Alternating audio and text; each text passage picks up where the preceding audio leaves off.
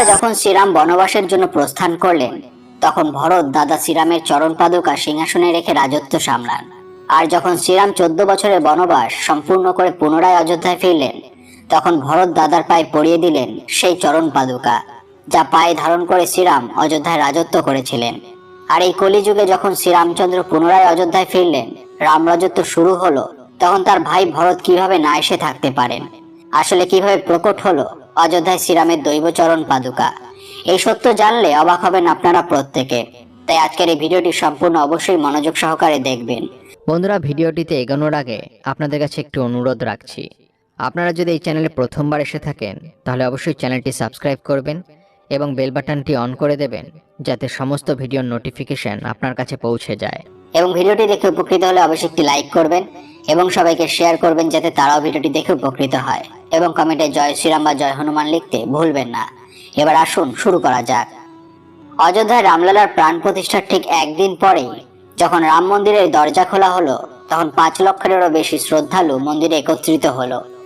সেদিন সকালে ভিড়ের কারণে বেশ কয়েকবার ব্যারিকেড ভেঙে যায়, যার কারণে চারিধারে শুরু হয় হুড়োহুড়ি। তবে প্রতিবার মন্দির পরিসরে মন্দিরের বাইরে উপস্থিত 8000 পুলিশ কর্মী দক্ষতার সঙ্গে পরিস্থিতি সামলে দেয়। প্রতিষ্ঠা সমারোহ শুরু হওয়ার আগে 1.5 লক্ষেরও বেশি ভক্ত অযোধ্যায় পৌঁছে ধর্মশালাগুলোতে অপেক্ষা করছিল। আবার অনেকে খোলা আকাশের নিচে রাত কাটায়। তাদের সকলের লক্ষ্য ছিল একটাই, রামলালার প্রাণ প্রতিষ্ঠার পরের দিন সকালে মন্দিরে উপস্থিত থাকা। 23শে জানুয়ারি সাধারণ মানুষের জন্য রাম মন্দিরের দরজা খুলে দেওয়ার পর অসংখ্য মানুষের ভিড়ে এমনও একজন ছিলেন যিনি নিজের মাথায় দৈব চরণ পাদুকা নিয়ে মন্দিরের দিকে এগোচ্ছিলেন। তিনি ভিড়ের মধ্যে থেকে মন্দিরে প্রবেশ করার চেষ্টা করছিলেন। অনেক ভক্ত কৌতূহলী হয়ে তাকে দেখেন। তখন তাদের তিনি বলেন, এই দৈব চরণ পাদুকা আমি শ্রীরামকে উপহার দিতে চাই, কারণ এটা তারই চরণ পাদুকা।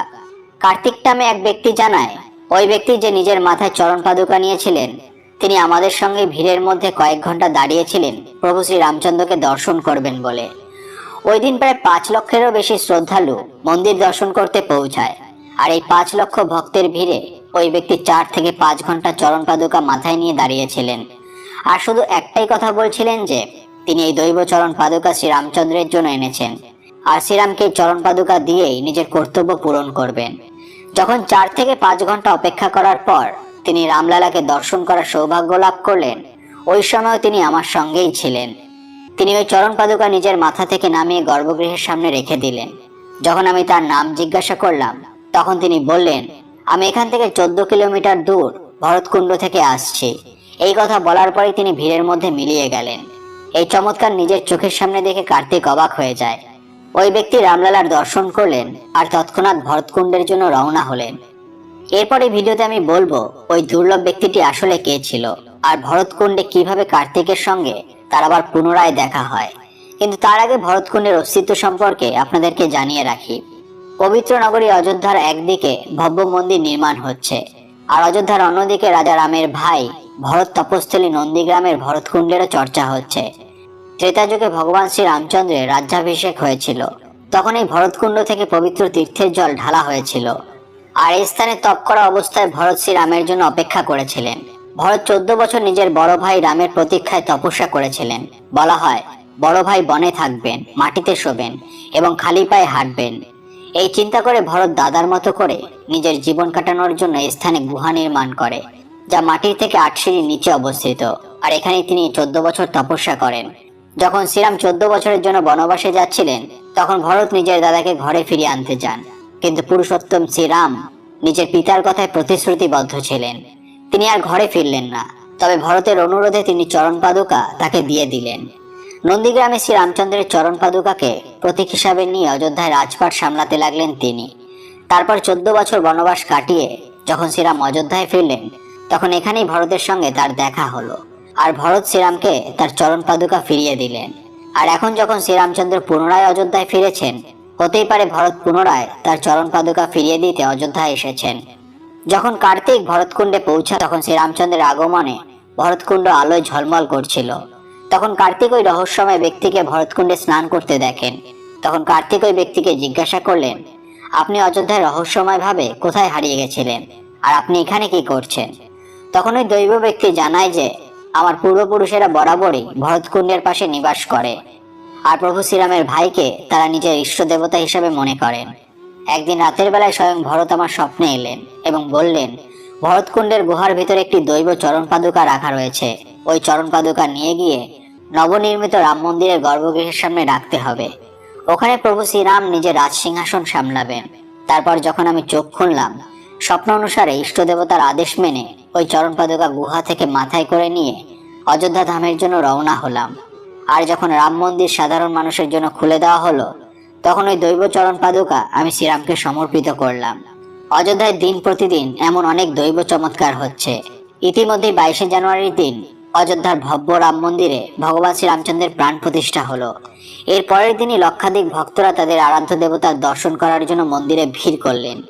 এমন সময় একটি বাদর গর্ভগৃহে প্রবেশ করলেন। শ্রীরাম জন্মভূমি তীর্থক্ষেত্র ট্রাস্ট টুইটারে এই বিষয়ে লিখে জানিয়েছেন, মন্দিরে উপস্থিত সুরক্ষা কর্মীরা জানায় যে তারা এই বাদরকে দেখে বলেছে স্বয়ং যেন হনুমানজি রামলালার দর্শন করতে এসেছে। এই ঘটনা 23শে জানুয়ারির দিন সন্ধ্যা 5:50 সময় ঘটে। ওই সময় প্রায় 3 লক্ষ ভক্তরা রামলালার দর্শন করেছে। আরো 2 লক্ষেরও বেশি ভক্ত মন্দিরের বাইরে রামলালার দর্শন করবে বলে অপেক্ষারত ছিল। রাম মন্দির জন্মভূমি তীর্থক্ষেত্র ট্রাস্ট টুইট করে জানায়, একটি বাদর দক্ষিণ দুয়ার থেকে গর্ভগৃহে প্রবেশ করে ভগবান শ্রীরামের মূর্তির সামনে এসে পৌঁছায়। বাইরে উপস্থিত সুরক্ষা কর্মীরা তাকে দেখতে পায়। তারপর সেই বাদর উত্তরের দুয়ার দিয়ে পূর্ব দিকে গিয়ে সকলের সামনে রহস্যময়ভাবে উধাও হয়ে যায়।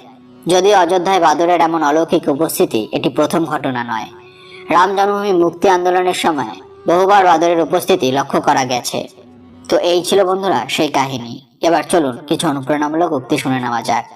এখন আর একাকিত্বে ভয় লাগে না, ভয় লাগে কারোর উপরে বিশ্বাস করতে। আবার যদি অভ্যাস হয়ে যায়, অতিরিক্ত সুন্দর ও অহংকারী কাউকে ভালোবাসবেন না, কারণ সে প্রতিনিয়ত আপনাকে হেয় প্রতিপন্ন করবে। এটাই বাস্তব। মানুষ আপনার সাথে নয়, আপনার পরিস্থিতির সাথে হাত মেলায়। যে ভালোবাসার মানসিক শান্তি মেলে না, সেই ভালোবাসায় বিচ্ছেদই ভালো। এই কাজগুলো করে কখনো সময় নষ্ট করবেন না। 1. লোকে কি ভাববে সেটা কখনো ভেবো না। 2. নিজেকে কখনো অপরের সাথে তুলনা করো না। 3. চিন্তায় ডুবে থেকো না। 4. কোনো কাজ অর্ধেক করে ফেলে রেখো না। 5. একই ভুল বারবার করো না। 6.